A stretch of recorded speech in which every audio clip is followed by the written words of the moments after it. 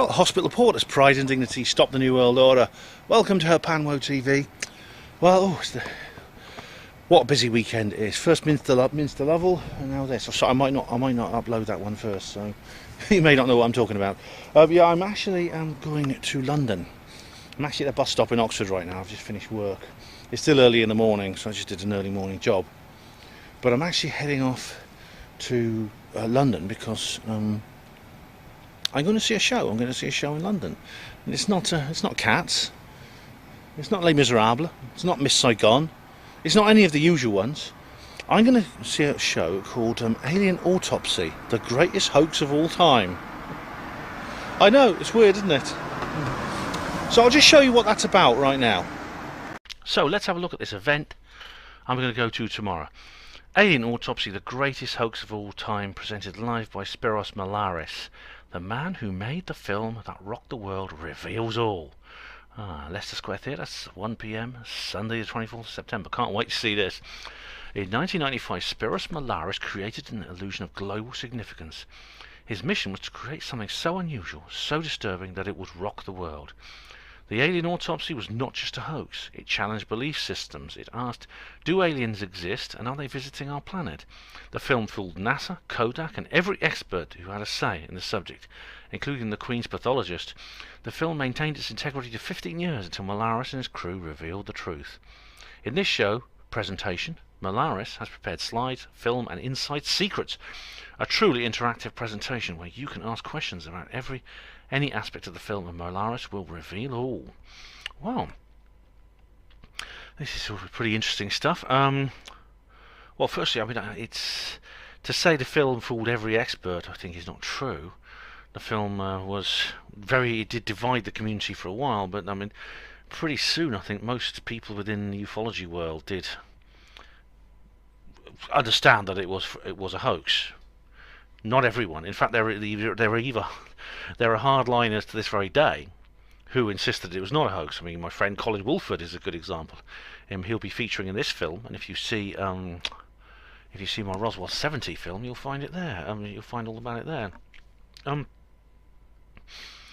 So this is something I'm very much looking forward to. Age restrictions 14 plus. Could be scary stuff in there. Bit of horror. Who knows? But that's where I'm heading now. So if you care to join me, we'll see what happens. Very interesting, isn't it? Yeah. I've been looking forward to this for a while, actually. My friend Colin Woolford has got the tickets. Now, you know Colin Woolford. Colin, you'll know from the Roswell 70. It's the most recent video that Colin was in. And also he's been in several other productions from Panwo TV. And right now he's going to be in, well, I'm hoping to get his comment later on this. Now, this is interesting in a sense because this is one subject over which Colin and I completely disagree. Colin's a good friend of mine. He's a really, really nice chap. And, well, unlike the prevailing wisdom in today's world of social media-led relationships, yeah, I don't feel the need to completely disown him and spit on his grave because he dares to question something I say or offer dissent for something I say. You know, we get on well despite our disagreements, maybe because of it. But Colin has very, very different views on this than I do. My own views are expressed in several videos I've done. So, and well, there was one video, to be honest, just one it's called Alien Autopsy and Anthony Peake. Either that or Anthony Peake and Alien Autopsy, I can't remember. I made the mistake of trying to combine two. Well, I went on a single trip to London and did two things, and I made the mistake of trying to combine the two into a single video, which I shouldn't have done. So, yeah, but I went to see Anthony Peake live, and I also went to investigate something to do with the Alien Autopsy. You can watch. There'll be a link in the description box to that anyway. Also, I've done several Panwo radio shows about it as well. So my views on the matter are there, but I'll go through them again. The Alien Autopsy was a very, very interesting thing. It was a hoax. It was a trick that was played on various people. It was an attempt, I think, to produce a massive hoax on the entire UFO community and the general public as well. It may have been even more successful than its perpetrators intended. Now, its chief perpetrator was a man well, there were several people. There was a man called Ray Santilli, who was one of the ringleaders. Another one called Gary Shoefield, and a third player. I think he's probably the most important and pivotal figure in this, is a chap called Spyros Melaris. And the show I'm going to see is actually a live show by Spyros Melaris. This is, I say, he's probably the most important name in this particular story, and he's essentially the guy who came up with this whole thing. And my bus is here, I have to go. That there is my bus. So, carry on in a minute. Oh, I'm on the train now. Sorry I couldn't talk earlier. I got to rush in and get a train. Lovely day. Beautiful weather.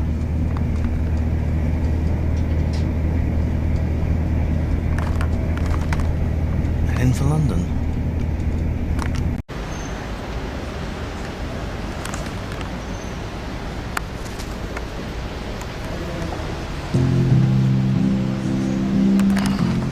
Well, I'm actually in London now. I'm actually at Piccadilly Circus, and it's a very atmospheric place.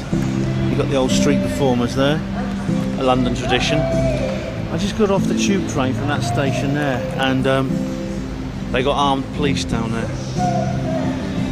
This guy's they got 3 of them standing around all the way around the station concourse with assault rifles. This is just amazing, isn't it? There to counter the government, they're countering the terrorist threat that they themselves have created. Anyway, still a lovely place.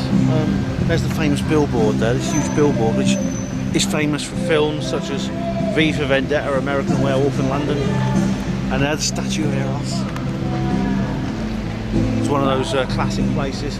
It's blue sky, beautiful weather, blue sky, a bit chilly, a few chemtrails as you can see. Seems to be always over London actually, there's some big chemtrails over there. And I'm now going to meet up with Colin, and we're going to, I don't know what our plans are.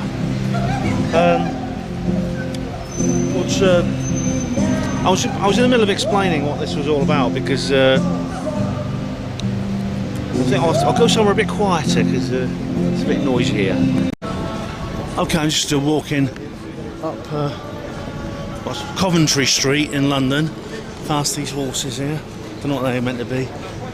And I'm going to really annoy Matthew Williams by shaking the camera around the place. I've actually ordered some Steadicam equipment actually.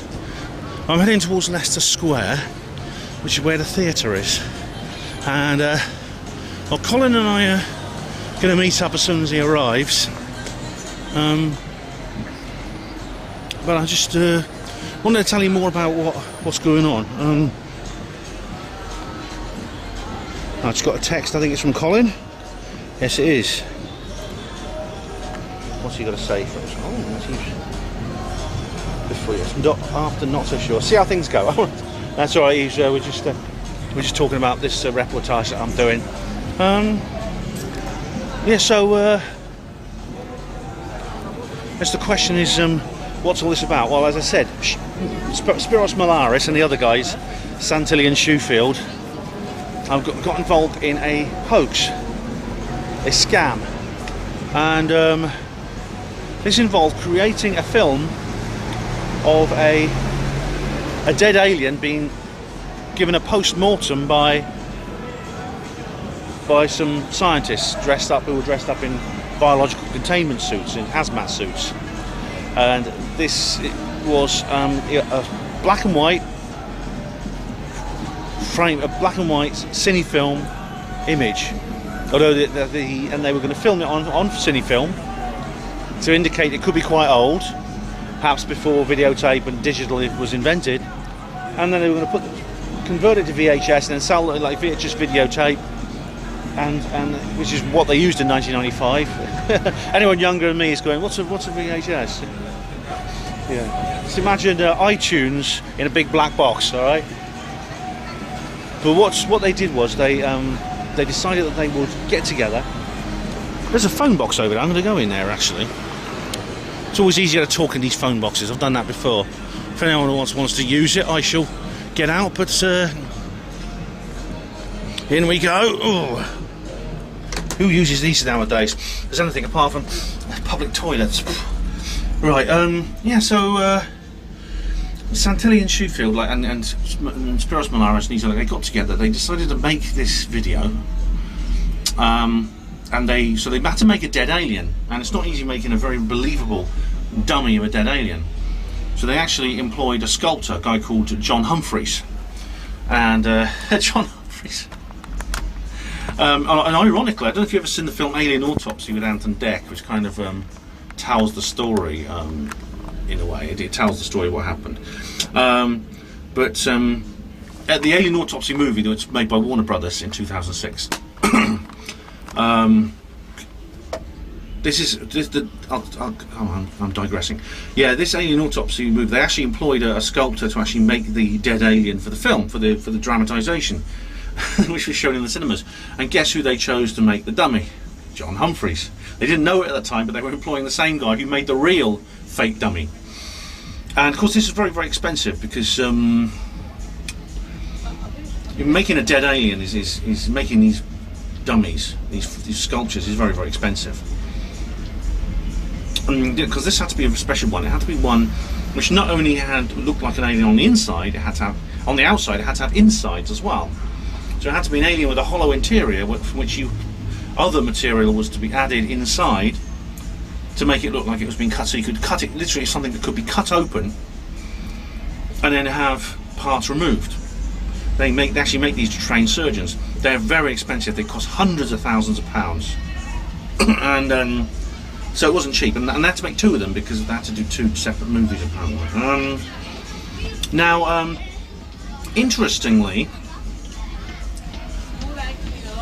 Interestingly, yeah. Now the guy who put up the money, the guy who funded this whole thing, is a man of mystery. He's not commented. Now Santilli and Shoefield confessed in 2006. This is why there was the movie was released. In fact, their confession, the "I fooled the world" meme, which is so lucrative, coincided with the release of this movie by Warner Brothers Pictures. This mainstream cinematic release, from which, of course, they made, Santilli and Shoefield made a lot of money. Their confession was a big public staged event as well. Where was I? Yeah, interestingly, Spyros Melaris never confessed then. But the guy who put up the money, yeah, sorry, I'm digressing. The guy who put up the money stinks in here. I'm getting out of here. Let's try the other one. Let's have a look at this one. Oh, this one's a bit better, yeah. So no one's been weeing in this one. The man of mystery behind all this in terms of the finances of it all is someone called Volker Spielberg, no relation to Steven, and slightly more illustrious filmmaker, but he's never been interviewed. I mean, Spyros says he's got the dirt on Spielberg, but Spyros is actually writing a book which tells it all. It's a tell-all revelation, which he's been writing for about 10 years now, and we're still waiting for it to be published. He keeps saying he's going to publish it, and he hasn't. Who knows? Maybe this particular event will be a surprise launch. Who knows? In which case, I'll pick up a copy. So Spyros. So what happened was now, according to some skeptics, and indeed the way it was portrayed in the Ant and Dec movie, the Warner Brothers picture in 2006, this was game, set and match for the hoaxers. They fooled everyone. They fooled the world. They fooled all the ufologists. All the ufologists, people like me, thought it was real. The public was so entranced by it. There was a big documentary produced, all about it actually. There's a big documentary, and it was portrayed in the movie as completely and utterly credulous. The public were credulous. They lapped it up, and then there was demands. There was demands for more. It's the most best-selling program of all time, highest ratings, highest viewing figures. That's a slight exaggeration. It was a very, very popular documentary. It wasn't the highest. It didn't have the highest viewing figures of all time. But the truth of the matter is very different. I do recommend Philip Mantle's book, on the Alien Autopsy. I can't remember what the title is. He's brought out a second edition with a slightly different title. But Philip Mantle has done a brilliant expose of this because he was one of the principal researchers into the whole thing. It's still running. Yeah, it is good. He's one of the principal researchers into the whole thing. But no, the ufology was not. Most people, most ufologists were pretty much were not convinced by this. Most people in the UFO world did not fall for this. They weren't just wide-eyed believing, you know, the way skeptics like to portray us. A few did, but Marcus Allen was quite open to the idea at first, according to Philip's book. A couple of others, Colin, of course. I don't know if he was into it back then, but you know, we're not quite the way that we're not like the sort of Tolkienian elves that glide around the place, you know, going, ooh, the way skeptics like to portray us. That's complete falsehood.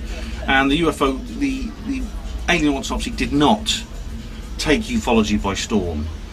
In fact, it was quickly found to be a hoax. The cards fell to the table very quickly from the sort of Melaris, Santini Shoefield camp. But then, again, this is sort of like gone on. I mean, why? See, I mean, I suppose I did this on the program about it. Of course, the reason is obviously they made a lot of money. Well, Spyros thinks he hasn't been paid his fair share. We'll find out. Maybe he will get his fair share sometime. Who knows? But I hope so. If he has, I mean, his story is quite compelling. But I suppose the big question is why? Is it just about money? And of course, Philip Mantle says yes, it is. It was just a complete money-making scam and nothing else. He compares it to the Roswell slides, which I don't have to go over that again, do I? From 2015. And it's funny actually that on the 5th of May 2015, the day the Roswell slides went public, is exactly 20 years after, to the day, that the Alien Autopsy was first shown at the viewing room at the Cinema of London. So that is an odd coincidence, as you might say. I'm getting started. It's a bit stifling in here. I'm going to get out now.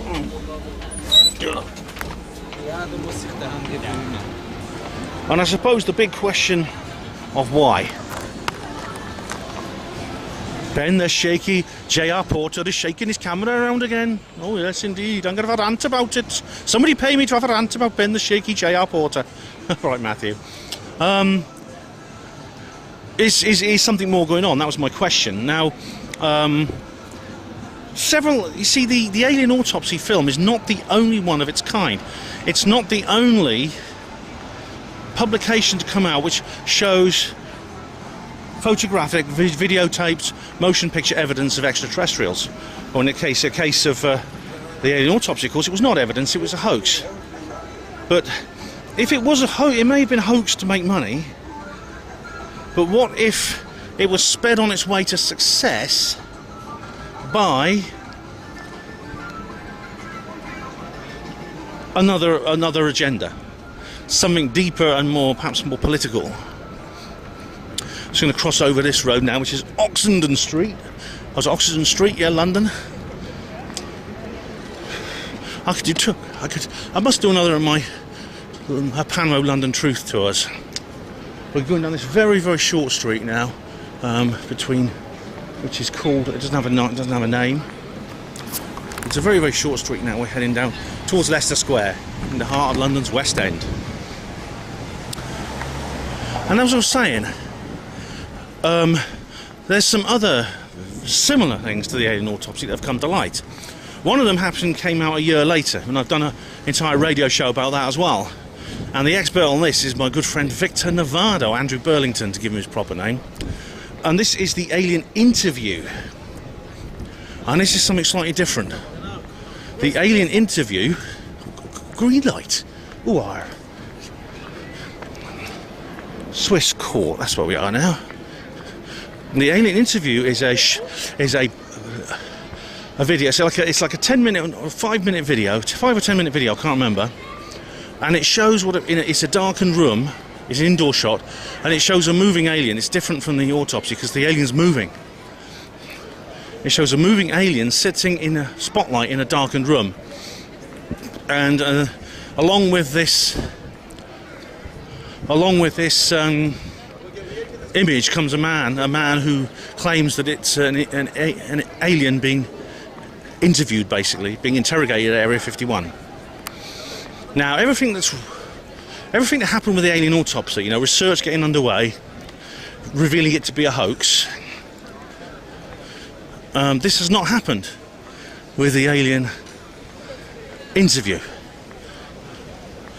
There has been no revelations. No one has come forward and confessed to having faked it, even though it'd probably be an even more ambitious production than the alien autopsy, because it involves a moving puppet and lots of other factors such as the guy who came forward as the secret insider revealing it to the world. So this is very, and to this day it's now been 20 years since the Alien Interview film came out, and unlike the Alien Autopsy, the Alien Interview has never ever been proven to be a fake. No one has ever confessed to it. Who's that? Is that Charlie and Becky? Yeah, so I think that's Charlie Chaplin. Yeah. Yep. No one has ever. Hello, sir. Come on. No one has ever confessed to it. Now, what if the Alien Interview is real? Nice little spot I'm in here. Little parkland here in the middle of the city. Odeon Cinema there. Fountain there. Yeah. Just waiting for Colin to come along. No, there's someone sitting over there who doesn't want me filming, that chap there. The black guy with the pink scarf. Well, too bad, I'm in a public place. Anyway, yeah. So, what if the Alien Interview is real? Right? If the Alien Interview is real, and it gets released to the public, that's the secret gone, isn't it? Unless, supposing the Alien Interview went missing more than a year earlier, and someone thought, oh my god, someone's absconded with some crucial piece of evidence, what if the public get wind of it? You don't know where it is, you can't stop the public getting wind of it, so what do you do? Well, the answer is very simple. You can't cover it up, so you muddle it up, as Andrew Johnson would say. And this involves, of course, exactly, you may know where I'm going with this now. You put out a fake video, even if you don't concoct it yourself, you come across someone who has a fake video, and then you speed it on its way to a success it wouldn't otherwise have had. And then you make sure that everyone in the world hears about it. And then very, very quickly it's found to be a hoax. And so everyone in the world who saw it then finds out it was a hoax. So you build them up with this incredible piece of footage, fame, you know, all this celebration, all this fame and stuff like that. And you bring them crashing back down when it all comes out. Sorry, it was fake. People say, oh, we were fooled. We were fooled by this fake alien autopsy, right? Then another piece of another similar video comes out, the Alien Interview, for example. How are you going to react? Oh, it's another one of those. It's another damn fake alien video. Students make them, you know. Why do students always get blamed for these sort of things? I don't know. I've never been a student, so I wouldn't know. Now, it's not just the Alien Interview, all right? Because in this case, if this was maybe some kind of disinformation operation to draw people's attention away from the Alien Interview by poisoning the well. It's not just the Alien Interview, though. It is. I've just got to text Colin. Back in a sec. Lovely, isn't it here? I'll just text Colin, just let him know where I am. Now, where was I? Yeah. In the late 1980s, a process began which culminated in 1991, which was the disillusionment of the Soviet Union, the end of the Cold War, and the creation of the new Russia. It all began with the election of Mikhail Gorbachev as Soviet president, and ended with the raising of the Russian flag above the Kremlin in December 1991. This process started off being called Glasnost and Perestroika, ended up with... See you, mate. That's the guy who doesn't want me to film. Too bad, mate. It's a public highway, mate. There we are. Not everyone can just sit and enjoy the sunny, nice weather, can they? You have to be miserable. So, as I was saying, this caused a lot of chaos in Russia during those years, and immediately afterwards, during the Yeltsin presidency, etc., etc. The KGB, the very successful Russian intelligence agency, fell apart. And during that period when it fell apart, basically its secrets fell apart too. The secret files from its headquarters that had been locked up in vaults throughout the Cold War were suddenly available to everyone who wanted to walk in and pick one up. And before long, these files ended up on the black market. Now, a lot of those files, there was all kinds of secrets in those files, and some of them related to UFOs. Some of them specifically related to UFO crash retrievals as well. And basically, what it meant was that anyone could get hold of a former top secret file on UFOs for the right price, because they're all out there on the black market. You just have to go and get one, and for anyone. And indeed, a TV production company went and bought one, and they made a documentary presented by Roger Moore, the James Bond, with some a very convincing piece of evidence of a crash retrieval. And this is very different. Everything that's wrong with the Alien Autopsy is right with this one. The Alien Autopsy, the original film was never revealed for analysis. In this one, the film is there. It's 1960s KGB colour stock. All the other details that's wrong with the Alien Autopsy are right with this.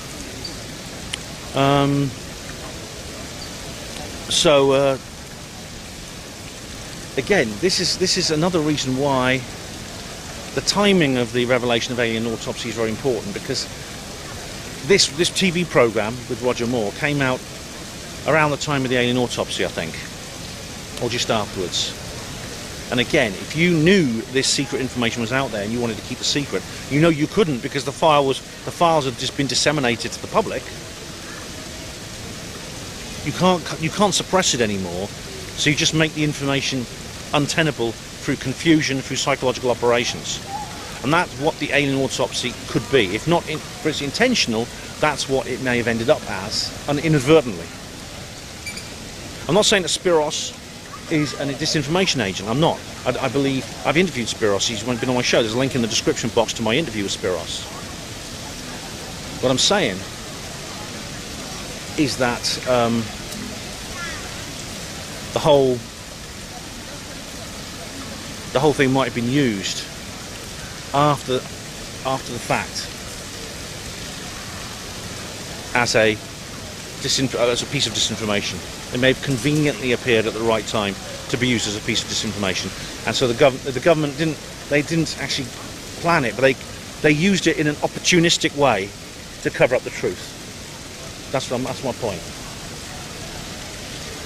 This is unprovable, of course, but it just seems very, very odd that the Alien Autopsy rose and fell in massive public fanfare at the very, very same time that these much more convincing pieces of evidence emerged.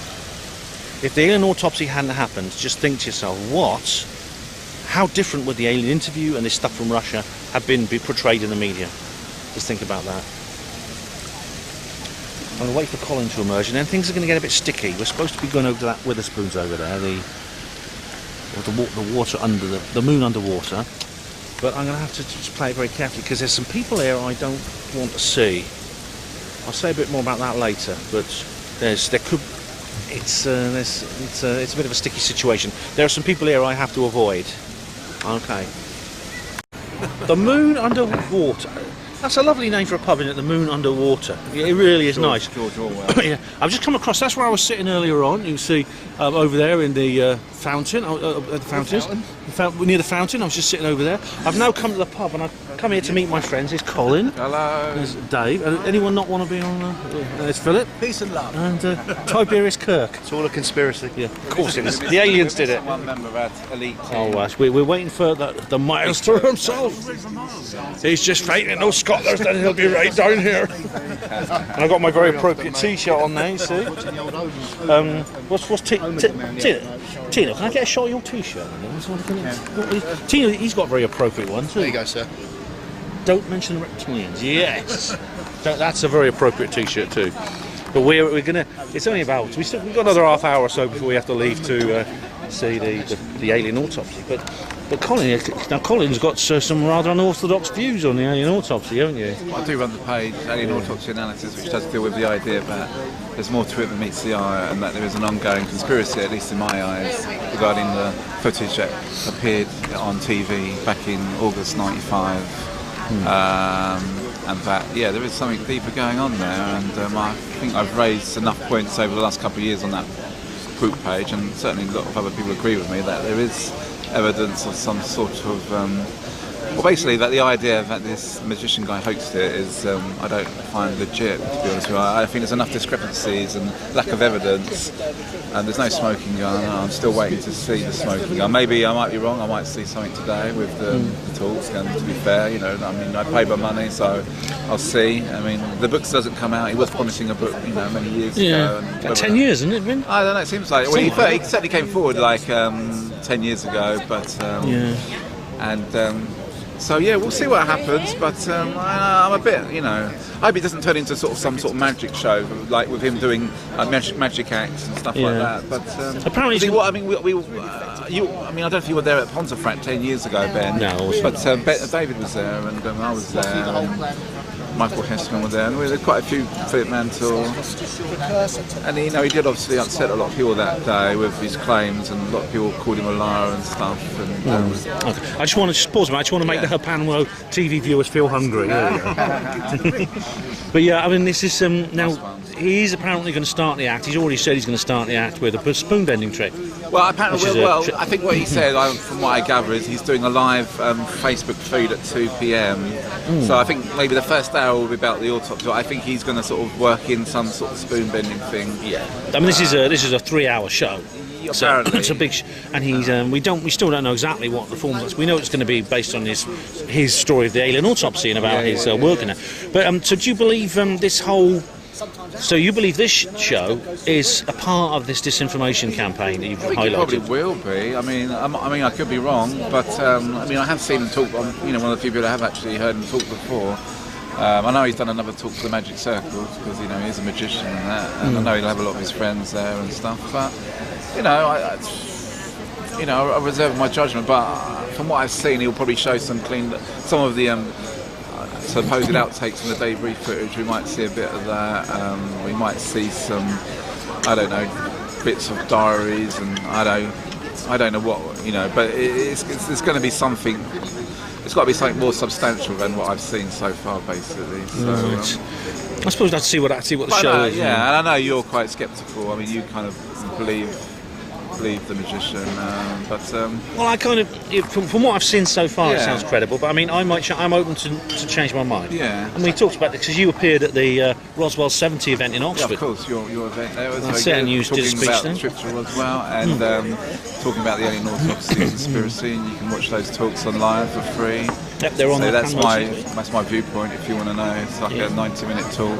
Viewers can go to just go to my video list and just scroll down. You'll see it. Yeah, I'd say it's probably better talk. It's quite a shorter one, so it's only about an hour long. So yeah, check that out. But I just wonder, you know, what's going to go down really. Well, I mean, I myself I've just already brought this up, but I mean, I do believe there's an element of there's a political agenda behind the Alien Autopsy film.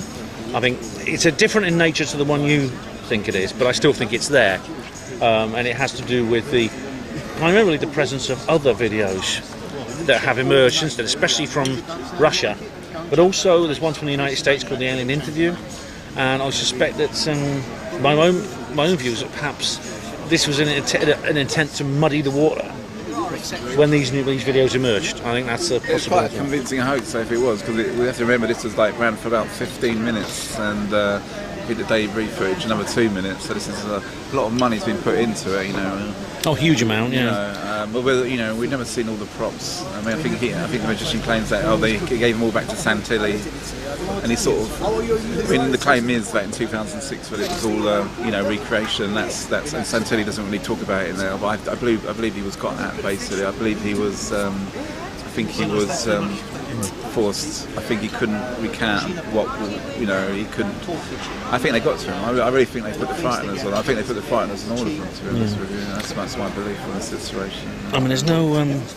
It's strange. I mean, in the according to them, they chopped this dummy up. They made 2 of these dummies because they had to do a remake. This is one of the most bizarre things. Because they're thinking, well, there's whole other footage. That, I mean, the magician claims the reason they got rid of it was because it was a procedure was done by a pathologist and not a surgeon, which seems extraordinary that you would dump a whole 15 minutes worth of film and only come to realise that after Ray had shown it to a number of researchers, and the fact that also this footage is now missing, hasn't been seen for 22 years. So if it's something that proves it's a fake, why can't it be shown? Well, also since the magician has said when I interviewed him and spoke to him, and you can hear this on Habanma Radio. He described the detail by which he went into it. I mean, he knew someone at a pathology museum at a hospital and a university. He checked out his girlfriend. He apparently claimed that because she works a high position in government, I'm not quite sure how high that position is, but she was able to get a hold of all the 1940s information about, and also MJ12 and all this sort of stuff. And he made sure, for instance, that the cameraman was wearing a hazmat suit too, just in case you caught a glimpse of him in a reflection of a piece of equipment. I mean, he really was major attention to detail. We should also claim that if you believe the cameraman was a real story, that he was told that he was made to wear that hazmat suit, obviously. But he did actually say that he did take off the hat helmet part, and because he found it too hot. But I think the cameraman did also claim that they had air pumps going into the foot. That's how they were able to breathe. I guess we'll find out, won't we? We will. Well, maybe not. Maybe we can do a little before and after. Yeah, if you want to talk about it. We'll see how it goes. If you're happy to talk, I'll be talking about it afterwards. So hopefully you can do the same, and we can debrief on our experience. I'll probably do some stuff on my page as well, of course. Yeah. So I wouldn't be, I know a lot of people probably can't get here because people who have an interest in the subject, based in America, Europe, and even in the UK, it's not easy to just come down on a train, and so we'll see, and hopefully I'll give you some more information about it as well. Okay. Well, thanks, Colin. Thanks very much. No worries.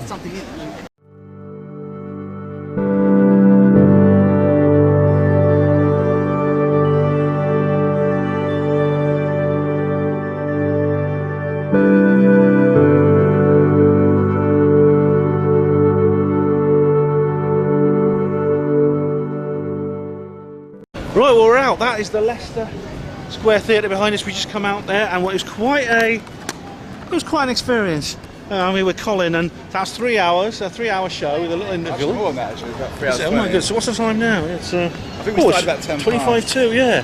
So that's quite something, but that was interesting, shall we say. We had Spyros came up on stage, and he's basically talked, and we asked him questions. He showed us a couple of movie clips, basically telling his story of the Alien Autopsy and putting his side across. But Colin, so we'll go this way because it's a bit noisy here at the moment.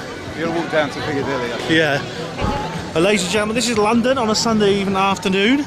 It's got a bit more cloudy because it was very nice and sunny earlier, wasn't it? Yeah, but it was lovely here earlier. But I mean, the thing about it is, though, he talked about how he designed everything and they put the puppet together and he filmed it. Spyros is basically portraying himself as the guy who made the movie. But a lot of people asked some questions, and Colin, you asked some very good ones. Well, what was your impression of that particular I think event? I like to ask, really, to be fair to a lot of people, give them a chance to speak. But there was nothing shattering on, in my opinion. There was no real revelations other than a bit of the writing on the debris footage. But I don't think there's anything to do with him. I think. No. But we did have it's a bit noisy here. Sorry, ladies and gentlemen. It's a bit on the noisy side. They haven't all been watching. No. Some people haven't bothered to watch about, are not interested in aliens and things like that. But I mean, my own feeling was that, and Dave, our friend Dave Morgan, who you saw earlier eating his breakfast, he made some very interesting points, because I think that Spyros was trying to create some kind of bridge between his own, what he had done, and ufology, and this is completely false. The Alien Autopsy film, paradoxically, you may not realise when you look at it, think of it logically, the Alien Autopsy film has absolutely nothing to do with ufology. I mean, so Dave quite rightly took him to task on that. But so do you still feel he has questions to answer, Colin? Oh yeah. Oh my goodness, yeah. And I think his body language for me, I mean, when we're talking to some of the other guys, who went, 6 of us there in the end. Yes. Body language is really, I mean, he's more passionate, I think, about his magic spoon bending tricks than he was about the actual. For me, it just seems he's just had he's been briefed on it, got a big folder of all the details, he's memorised it and he's recounting it, but there's, you know, he brings in these little funny stories and that, but there's no real substance to it. I mean, he's the only one who's talking, that's the thing. If we had everyone on stage like everyone else, then you might think there was some credibility to it. But we saw nothing about Greg Simmons, Gareth Watson, his brother, his girl. You know, it was just all his show basically. There was nothing. He didn't bring anything new to the table. Someone did ask a very important point. There's no visual evidence that this autopsy was taken, that he took part in faking this autopsy. In a sense, they didn't take any photographs or film themselves doing it for posterity. Yeah, there's no cutting room, edit floor footage. No sort of like, and he did stumble a bit, and he did look a bit awkward. I felt. Yeah, like that, there's no sort of what you might think of a making of data. You know, in most movies you have like shots of the studio and things like that. Wouldn't you be proud of that creation if you'd knocked that out? Yes, I would. Wouldn't you have a photo tucked in your back pocket? Are they so secretive? It was almost a government operation where John couldn't even photo his own masterpiece. Is that what we're led to believe? Well, yeah, you think, because John Hunter, he's an established sculptor, done work for the BBC, he's made Doctor Who monsters and things like that. He would want I'd want that on my CV if I'd made it, I must admit. I would want that, and he seems scared to talk about it, and sort of, I think the magician says, the reason he's scared is because he's still under contract to sort of Santilli, and he goes with the idea it's a recreation sort of thing. No. But I just don't buy that. I just don't think he's in a fit state to actually give evidence or even testify. Right.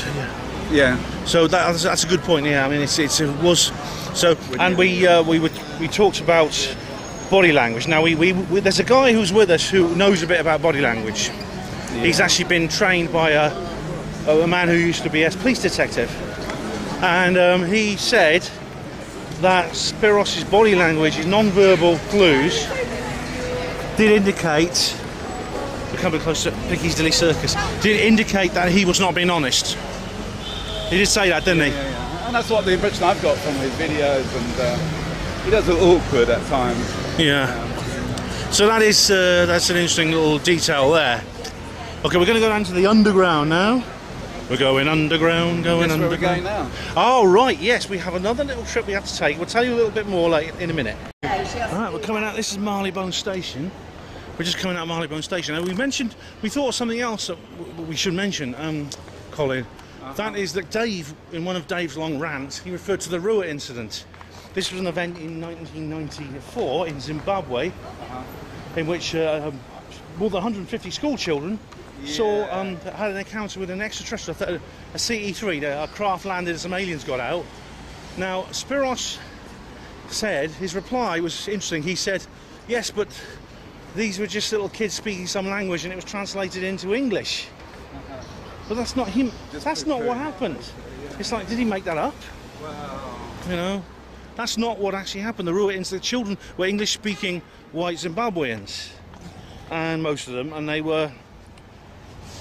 And you know, they were speaking in English to John Mack, who's a trained child psychologist.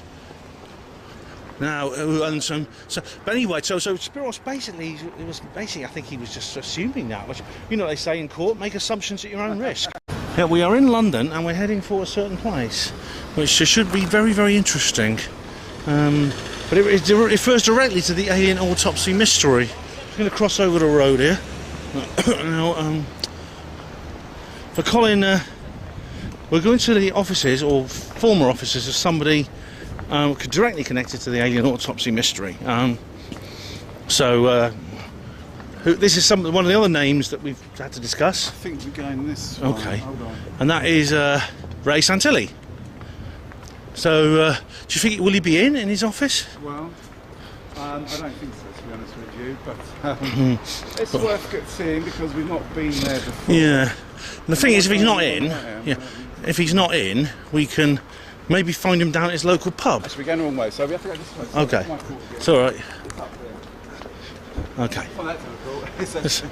Well, no, the story is then that 1995, when the Alien Autopsy was first shown at the Museum of London, Ray disappeared as soon as after the film was shown, which was a 20-minute film of all the autopsy. He disappeared, and he was found to be frequenting a pub, which is just up here on the right. Nice. Which we'll. We're going to go visit this pub, aren't we? Yeah, but I can actually show you.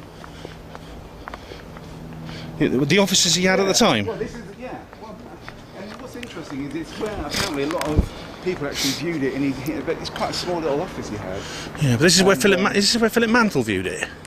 Yeah, and I believe Reg Presley, and I also believe the very first autopsy was shown. Right. And I believe the story about the T42 intelligence agency people that Reg Presley recounts in his book, Strange Things They Don't Tell Us, was also done at this location.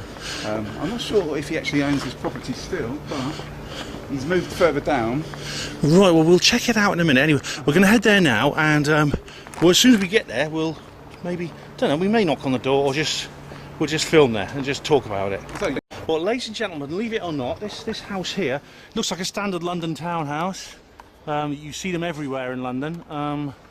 Today it's just flats. There's no business addresses here, or at least there's no business placards on this building. But Colin, this is quite an important location in the history of this particular story, isn't it?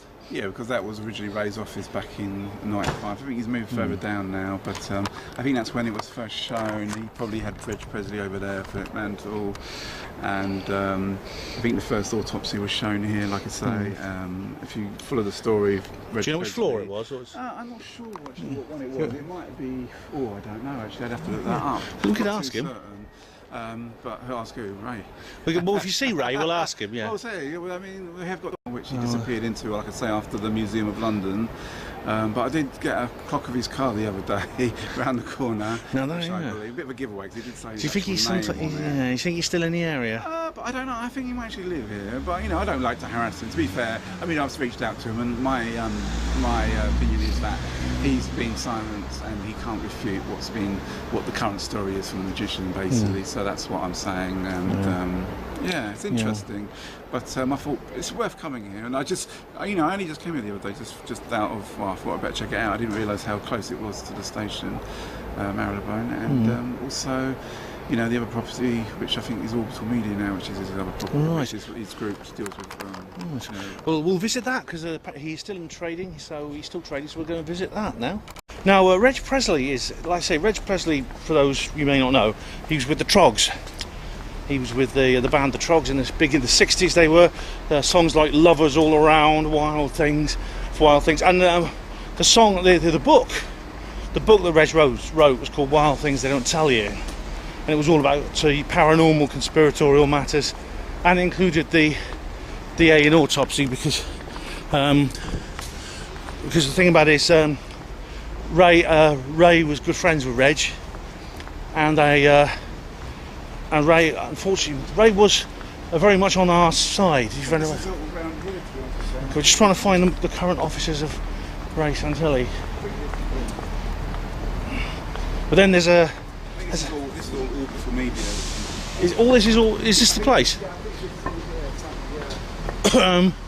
Right, so we're. His car, I think it was it a Porsche or something? We actually had a car. We saw Colin. You saw a car parked here, didn't you? Show you the photo. Should we see a photo? Well, I won't put it on. I won't put it on the TV just for sort of like data protection reasons. But this is a car. I would say it's. Let's have a look at that. Well, I'm not going to put the camera on it. Now that is it's a sports car. It's a blue sports car, and the number plate includes the letters Ray. Obviously, a very modest chap indeed. But these here are the offices of Orbital Media.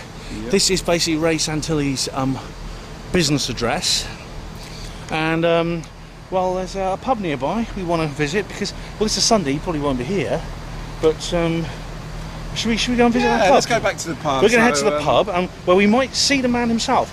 But Ray Santilli is a pivotal figure in this particular story because now he has been silenced. Yeah. Well, yeah. You see, the thing about it is, like, this is where Spyros Melaris disagrees, because Spyros Melaris thinks, no, I was the pivotal figure in the story. Ray Santilli just sort of like leached off me. That's what Melaris is saying. Which is true, do you think, Colin, or is neither true?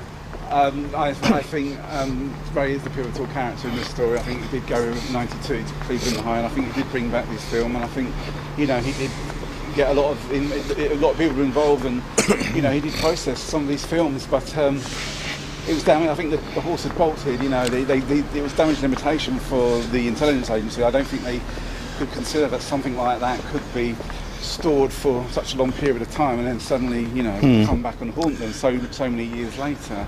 But I think the evidence of that was that the cover-up didn't begin until at least 11 years later. Yeah. So I mean, obviously with the Ant and Dec film coming out, which was part of the cover story in the documentary, that would have been worked on maybe 2004-05. So obviously they always had an idea to bring in this sort of cover story, and then the Magician's cover story in 2007, which was, like, for me, the second part of this deception cake, as I call it.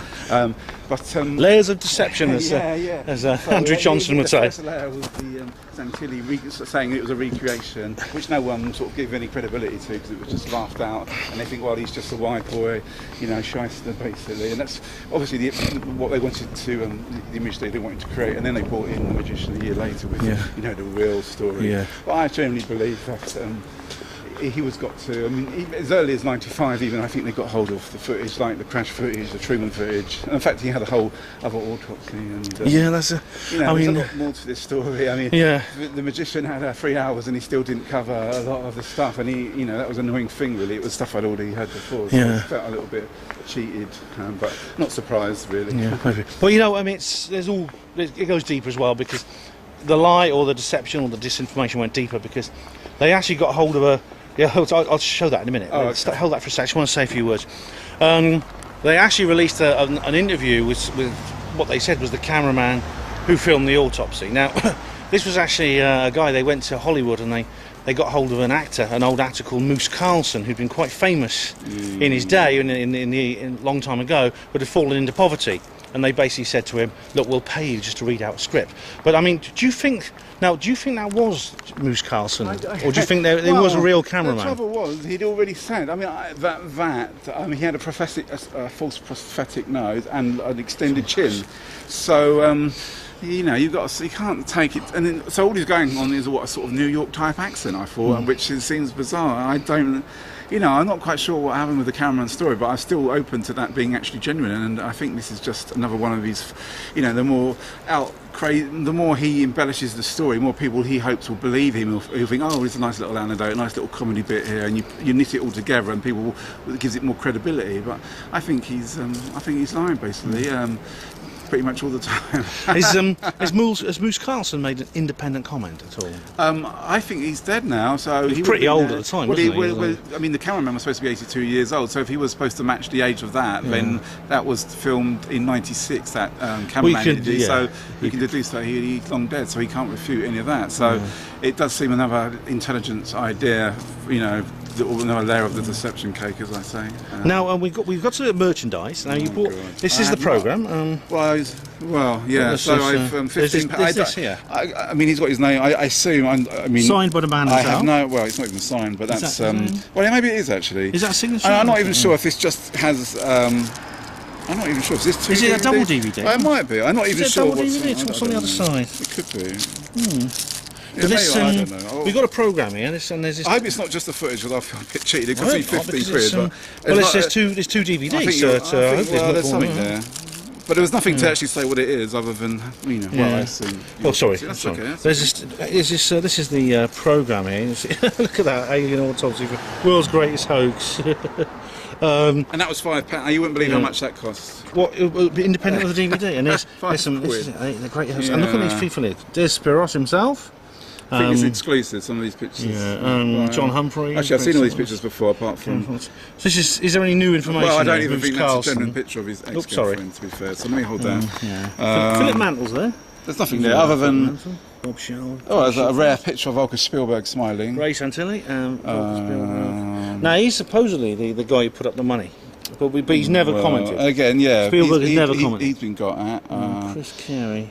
Again, cop reached out to him, never got a reply. Bob Shell now serving 32 years for being framed for supplying drugs to a girlfriend. Miss Carlson, who I don't even think was involved. Greg Simmons, we didn't see his hands in the footage, which was one of the big things I said would prove whether he was faking it or not. Never saw that. John Humphreys, no evidence from him. He doesn't want to talk. So that's not actually Geraldine, but that's a former girlfriend of Spyros, who Spyros claims played a major role. She's never been traced independently, and Spyros guards her anonymity. Apparently, she works in government or something like that, or education. And this kind of makes me laugh, because I use this on my Alien Autopsy page on Facebook, which is this quote from Mark Twain: "It's easier to fool people than to convince them they've been fooled." And that's pretty much my policy. So the fact that he used that on his own talk makes kind of amused me, because I sort of got there before him and used it. I did the counter argument. So well, he may have got the idea from you to do that. He probably has. I'm sure he's. I mean, he was a member on my page. And, well, I think the thing to do now, I think there's one guy who maybe will provide some more answers. That's Ray Santilli. So let's see if we can find him. We're going to go to another location now, quite close to where we are. Now we're at a pub called the Sir John Bolcombe. Me and Colin are here. Now this is a pub quite close to Marylebone Station in London, and legend has it this is where the great one and only Ray Santilli often hangs out. So this is his favourite. Well, I believe these promises are just around the corner, and also I could imagine back in the year '95 he was coming down here quite often for a stress-relieving pint to get over all the, the attention he was getting. And I think, as I said earlier, that after the '95 museum made a fifth showing at the Museum of London of the autopsy footage, he did do a run out, and he did end up here. And I think Maurizio Beata, the Italian ufologist, actually he met him in here with Michael Hessman, the German researcher, and they were conducting some business or whatever. But it did seem quite a safe haven for Ray, and I would imagine he still pops in here from time to time. But, well, his office at the time was very close to here, and his current office is also very close to here. So we can imagine, in his working hours, he might want to come here. But there's only one way to find out, Kevin. Kevin. There's only one way to find out, Colin, and that is to go inside, order us a pint, and circulate. See if we can see the man himself. I think we've deserved a pint. We've been in that room for. I haven't drunk anything. Well, actually, to be honest, any excuse for a pint right now is absolutely fine by me. So let us proceed. See you later. There's only one toilet on this train. It's out of order. This is one of the reasons I can't stand rail travel, and the only reason I'm doing it today is for speed. Yeah, I've just been to the pub with Colin, Tino, Miles, and a couple of other people, and now I'm going home. Yep, I haven't changed my mind. The Alien Autopsy is a hoax, but there is deception involved with it. In the same way that Colin thinks there's deception involved with it. All we disagree on is the kind of deception we're talking about. That being said, I've had a good day. I've enjoyed myself. I want to thank Spyros Melaris for a really, really good talk, a really, really good event. He did a great job. It was entertaining, it was fun, and I wouldn't have missed it. It's a nice venue, nice people, and it was enjoyable. It was funny, and it was fun. It was good fun. So thanks, Spyros.